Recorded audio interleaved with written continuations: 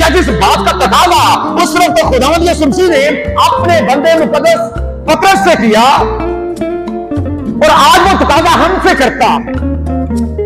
क्या वो वही जज्बा है?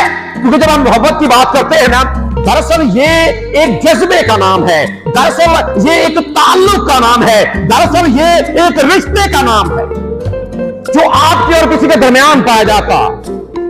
और जब ये खुदावंद की हम बात करते हैं, बाइबल की बात करते हैं, तो किताब मुकद्दस में तो एक बात बड़ी खूबसूरत लिखी गई है। अगर आप यूहन्ना का पहला खत पढ़ेंगे, उसका चौथा बाब, उसकी 8वीं आयत, वहां पर लिखा है, वहां पर खुदा के बारे में हम एक बात पढ़ते हैं और वहां पर लिखा है, और ये बड़ी मशहूर भी है कि खुदा क्या है।